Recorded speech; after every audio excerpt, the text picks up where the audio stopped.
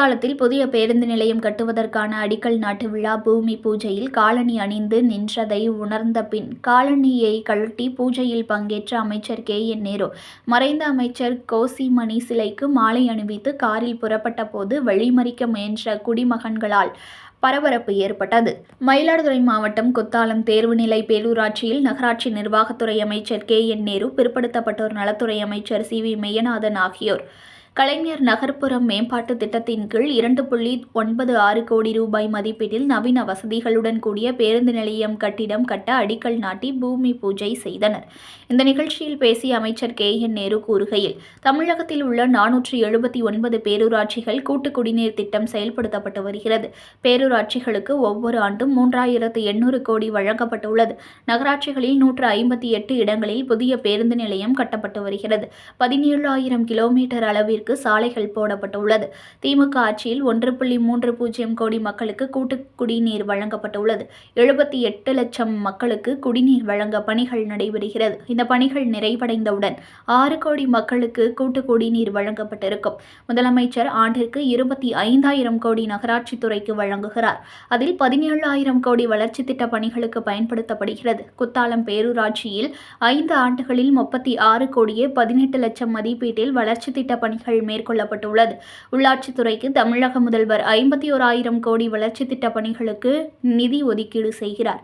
மயிலாடுதுறை புதிய பேருந்து நிலையம் நுழைவு வாயில் பகுதியில் இடம் பத்திரம் பதிவு செய்யப்பட்டவுடன் 1 மாத காலத்திற்குள் பேருந்து நிலையம் மக்கள் பயன்பாட்டிற்கு கொண்டு வரப்படும் என்றார். தொடர்ந்து குத்தாலம் திமுக அலுவலகம் அருகே உள்ள மறைந்த முன்னாள் அமைச்சர் கோசிமணி உருவச்சிலைக்கு மாலை அணிவித்து மரியாதை செய்த அமைச்சர் KN நேரு காரில் புறப்பட்ட போது திடீரென குடிமகன் ஒருவர் மதுபோதையில் காரை வழிமறிக்க முயன்றார். உடனடியாக அங்கிருந்த போலீசார் குடிமகனை அப்புறப்படுத்தினர். இதனால் பரபரப்பு ஏற்பட்டது. முன்னதாக அடிக்கல் நாட்டு விழா பூமி பூஜையில் அமைச்சர் KN நேரு காலணி அணிந்தவாறு பங்கேற்ற நிலையில் சிறிது நேரத்தில் காலணி அணிந்திருப்பதை உணர்ந்த பின் காலணியை கழட்டிவிட்டு பூஜையில் பங்கேற்றது குறிப்பிடத்தக்கது.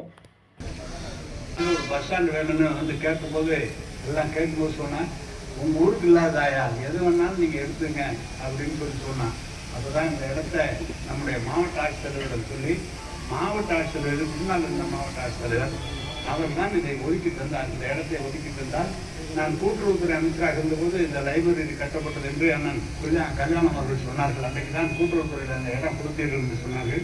இந்த இடம் கூட பெரிய கருப்பனவர்களிடம் கேட்டிருக்கிறோம். வேறு இடம் மாற்று இடம் தருகிறோம். எனவே இந்த இடத்தையும் இந்த பஸ் ஸ்டாண்டு பெரிதாக வருவதற்கு, ஏன்னா நானும் பெரிய கருப்பட்ட பேசி பஸ் ஸ்டாண்டு உருவாகுவதற்கு எல்லா பணிகளையும் நிச்சயமாக இந்த குத்தாலத்திற்கு செய்வது எங்களுடைய கடமை. ஏனென்றால் எங்களுடைய ஆசானாக விளங்கிய கோசிமணி அவர்களுக்கு மிகவும் பிடித்தமான இடம் இந்த இடம். எனவே நான் ஒன்றை சொல்கிறேன். இந்த கலைஞர் அண்ணன் கோசிமணி அவர்கள் உள்ளாட்சித்துறை அமைச்சராக இருந்தார். தளபதி இன்றைக்கு முதலமைச்சர் அவர்கள் உள்ளாட்சித்துறை அமைச்சராக இருந்தார்கள். 2 துறையும் சேர்த்து, ஊரகத்துறையும் நகரத்துறையும் சேர்ந்து பார்த்தவர். அவருடைய காலத்தில் நடைபெற்ற பணிகளைப் போலவே இன்றைக்கு அவர் முதலமைச்சராக இருக்கிற காரணத்தால் 480 பேரூராட்சிகள் இருக்கிறது. 479 பேரூராட்சிகள் இருக்கிறது. அனைத்து பேரூராட்சிகளிலும் கூட்டு குடிநீர் திட்டம் சொந்த நிதியிலிருந்து, அவர்களுடைய நிதியிலிருந்து உருவாக்கப்பட்டது. அந்த பிளாட்போர்டு மூலமாக கொடுக்கப்பட்ட தண்ணீர் கூட்டு குடிநீர் திட்டமும், அதை தாண்டி ஒவ்வொரு 100க்கும் மேற்பட்ட பேரூராட்சிகளும் ஒவ்வொரு பேரூராட்சிக்கு 20 கோடி ரூபாய் அவர்களே போர் போட்டு அவர்களே தண்ணீரை பாதுகாக்கப்பட்ட குடிநீர் வழங்குவதற்காக நம்முடைய முதலமைச்சர் அவர்கள் வழங்கி இன்றைக்கு தமிழ்நாட்டிலே பேரூராட்சிகள்லாம் தான் குடிநீர் தட்டு இல்லாமல் தருகின்ற இந்த பணியை நாங்கள் செய்திருக்கிறார் நம்முடைய அரசு.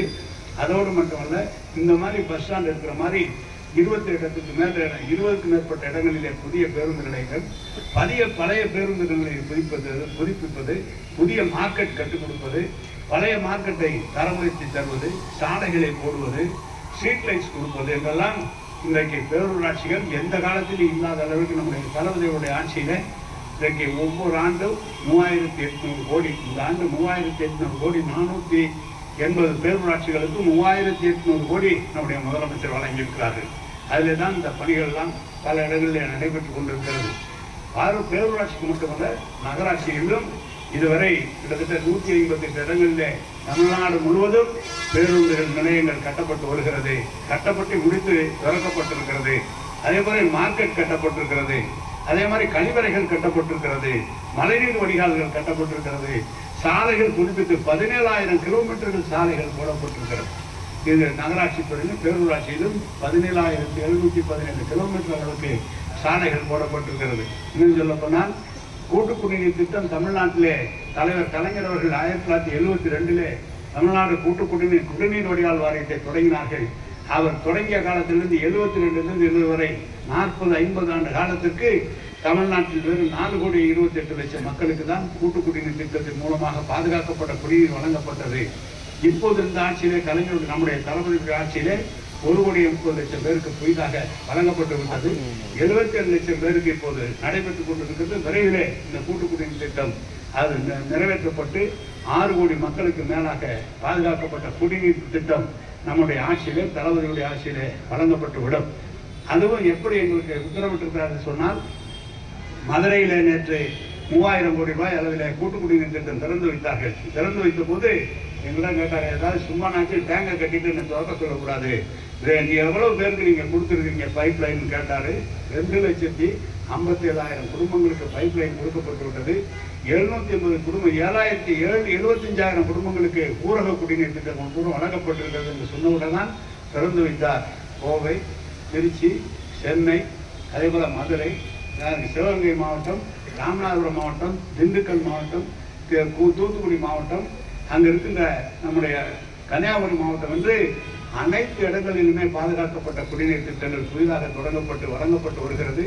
ஓகனைக்கல் 2வது திட்டமும் நமது திருவண்ணாமலை திட்டமும் திட்ட அறிக்கையில் இருந்து கொண்டிருக்கிறது. விரைவிலே அது தொடங்குமானால் 100% கூட்டு குடிநீர் திட்டம் மூலமாக பாதுகாக்கப்பட்ட குடிநீர் வழங்கப்பட்டு விடும் என்பதை தெரிவித்து, இந்த துறை ஒரு ஆண்டுக்கு கிட்டத்தட்ட 25,000 கோடி நம்முடைய முதலமைச்சர் வழங்குகிறார்கள்.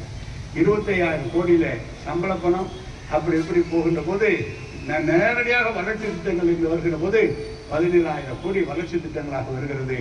அது அந்நியில் நமது வங்கியின் மூலமாகவும் நபார்டு மூலமாகவும் ஜப்பான் வங்கியின் மூலமாகவும் கடன் பெற்று இந்த துறைக்காக வருடந்தோறும் கிட்டத்தட்ட ஒரு 7,000 கோடி கடன் பெற்று அந்த தொகையும் செலவு செய்யப்பட்டிருக்கிறது. இதெல்லாம் நான் சொல்வதெல்லாம் அரசு மட்டும் செலவு செய்கிற தொகை. அது தண்ணீர் இந்த பேரூராட்சி என்றால் அவருடைய சொந்த வருவாய் இருக்கிறது. அந்த வருவாயிலே அவர்கள் செய்கிற செலவு என்பது தனி. அரசாங்கம் மட்டும் தருகின்ற பணம் என்பது இந்த பணம். எனவே இந்த குத்தாலத்தில் இந்த பேருந்து நிலையம் வந்து அடிக்கல் நாட்டுவதிலே நாங்கள் பெருமகிழ்ச்சி அடைகிறோம்.